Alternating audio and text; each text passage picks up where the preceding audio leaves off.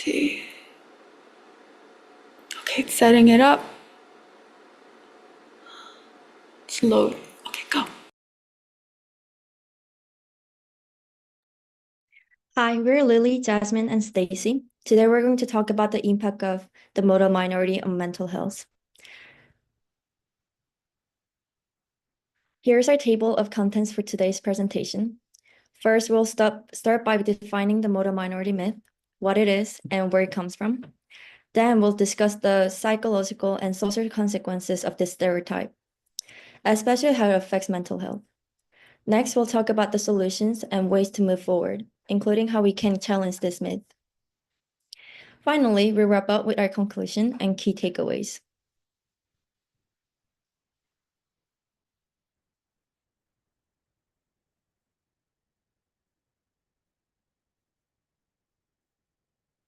Before we dive into our main topic, let's talk about something we've all felt at some point, pressure. Have you ever felt like you had to be perfect because of other people's expectations? Like no matter what, you had to succeed because that's what people assume about you? Let's take Emily as an example. Ever since she was young, people assumed she was naturally smart, hardworking, and destined for success, just because of a race. Teachers expected her to get perfect grades. Friends assumed she never struggled. But what they didn't see was the anxiety she felt when she couldn't meet those expectations. She was afraid to ask for help because she thought it would make her look weak. The pressure became overwhelming. Instead of feeling proud of her achievements, she felt relieved. This is the reality for many people affected by the model minority myth. It creates unrealistic expectations, makes it harder for them to talk about their struggles, and has a serious impact on mental health. Now we're going to define the model minority myth. The modern minority myth is the belief that all Asian Americans are naturally gifted, hardworking, and successful. At first, this might sound like a compliment, but in reality, it's harmful. Why? Because it ignores the struggles that many Asian Americans face. It creates pressure to be perfect, discourages people from asking for help, and erases the discrimination and challenges that Asian communities still experience today. Because of this myth, many Asian Americans feel like they have to live up to impossible expectations. If they struggle in school, people assume they just need to try harder. If they experience stress or anxiety, they may feel ashamed to talk about it because they're supposed to be perfect. And even worse, this stereotype is often used to suggest that racism doesn't affect Asian Americans at all, when in reality, many still face discrimination in education, jobs, and society. But where did this idea come from? To understand that, we need to go back in time. The term model minority first appeared in 1966 when socialist William Patterson wrote an article called Success Story, Japanese American Style in the New York Times Magazine. He described Japanese Americans as hardworking, disciplined, and successful. Soon later, US News and World Report published another article titled Success Story of One Minority Group in the US about Chinese Americans. This article praised Asian Americans for supposedly achieving success without protesting, without government help, and just through pure effort.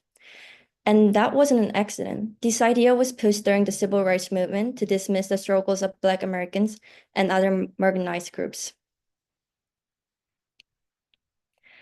Let's think about what was happening in the US in the 1960s. The civil rights movement was in full force. Black Americans and other minority groups are fighting against racial segregation, discrimination, and inequality. They were demanding equal rights in education, employment, voting, and housing. But instead of addressing these problems, some of politicians and media outlets pointed out to Asian Americans and said, look, they're doing fine. If they can succeed, why can everyone else? This argument was misleading for a few reasons. First, many of the Asian immigrants who were seen as successful were actually allowed in the US because they were highly educated professionals. Laws like the 1965 Immigration and Nationality Act favored skilled workers, meaning that doctors, engineers, and scientists from Asia were welcomed, while working class Asian Americans were ignored. Second, the success stories that media highlighted ignored the racism that many Asian Americans continued to experience. Japanese Americans had been placed in internment camps during the World War II. Many Chinese and other Asian immigrants were restricted from certain jobs and neighborhoods. Success wasn't as easy as it seemed. Finally, the model minority myth was used to divide racial groups. It made it seem like hard work and alone determined success, ignoring the history of slavery, segregation, and systematic racism that Black Americans had endured. Instead of addressing racial injustice, white politicians used this myth to suggest that minorities just needed to work harder. Now that we talk about the history behind the model minority myth, my teammate Jasmine will talk about psychological and social consequences. Hello, my name is Jasmine Lee, and today I will be discussing how internalized pressure leads to stigma and barriers in seeking help.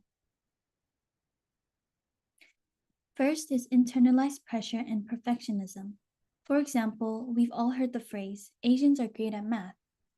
This is an example of how the stigma creates internalized pressure within Asian American students to be good at something that is pushed onto them. Students often experience anxiety, depression, and burnout due to the fear of failing to meet these expectations.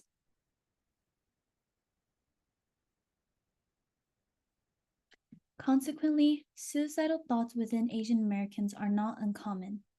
This graph consists of female and male Asian American high school students, and it shows the percentage of high schoolers reporting feeling sad and hopeless. This percentage was downtrending from 1999 to 2007, going from 28.4% to 20.1%, then trending up to 35.1% in 2021. But the question is, do they ask for help? What do they do when they have these overwhelming thoughts? The first stigma and barrier in seeking help is ultimately the Asian American culture. In Asian American cultures, resilience and stoicism are highly valued. Seeking help immediately contradicts this belief. For example, reaching out for help is like showing a room full of your dirty laundry, an emotion similar to shame. Mental health is seen as a temporary setback that can be overcome through willpower alone. This makes receiving therapy for mental health seen as weak and paints one as incompetent. Therapy is also often seen for people with severe mental illnesses or for crazy people.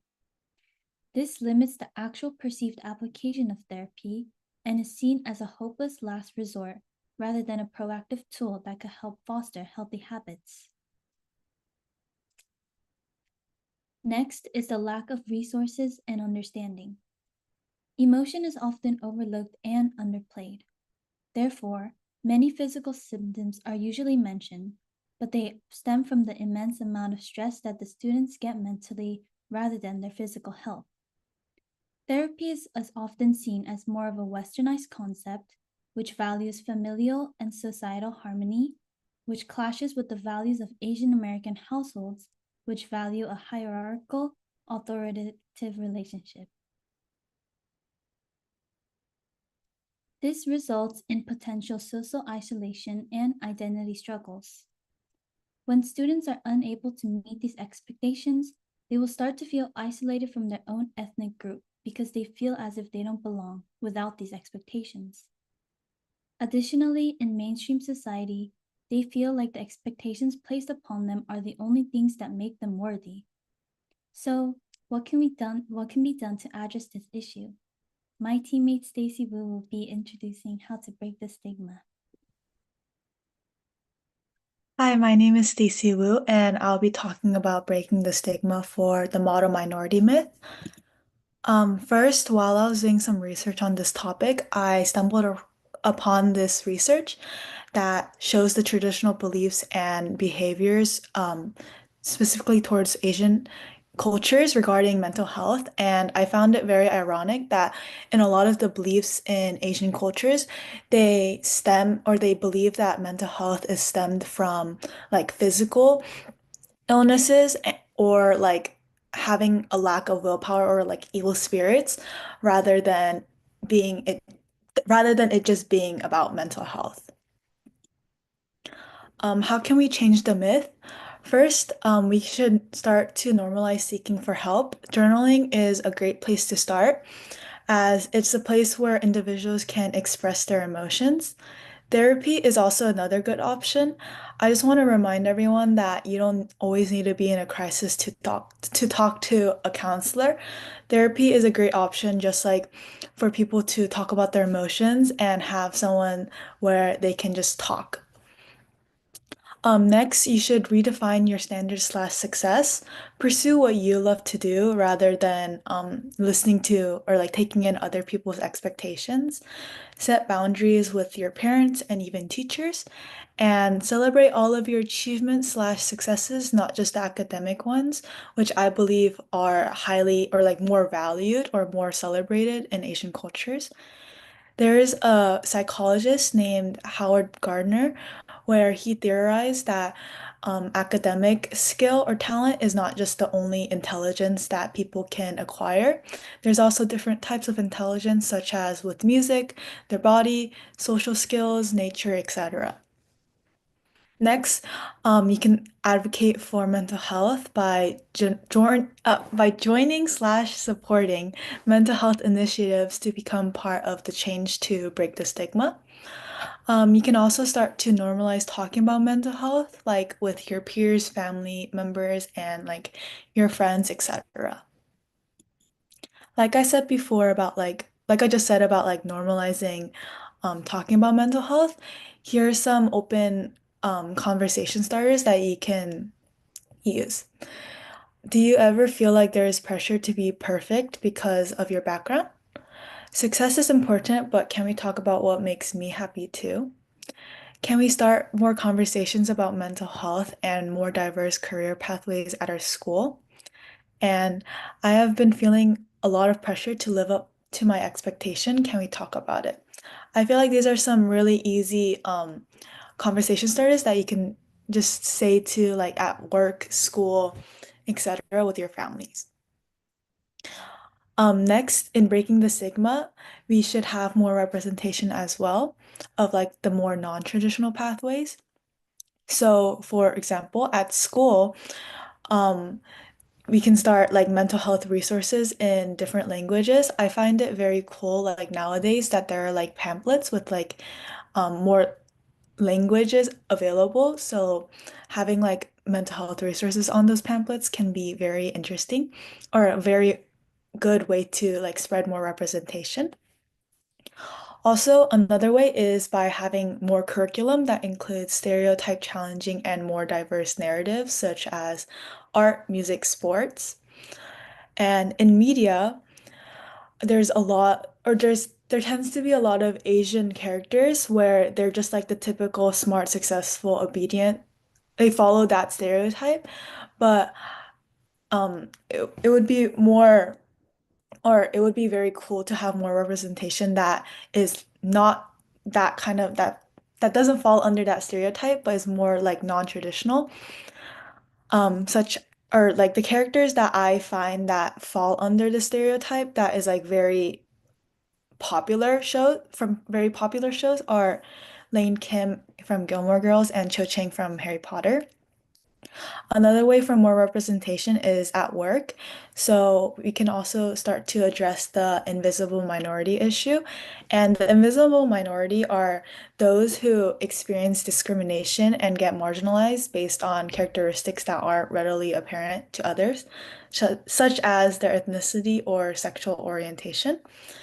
We can also support employee resource groups, which are voluntary employee-led groups that help employees who share interests slash backgrounds to build more of a community and create a more inclusive work environment.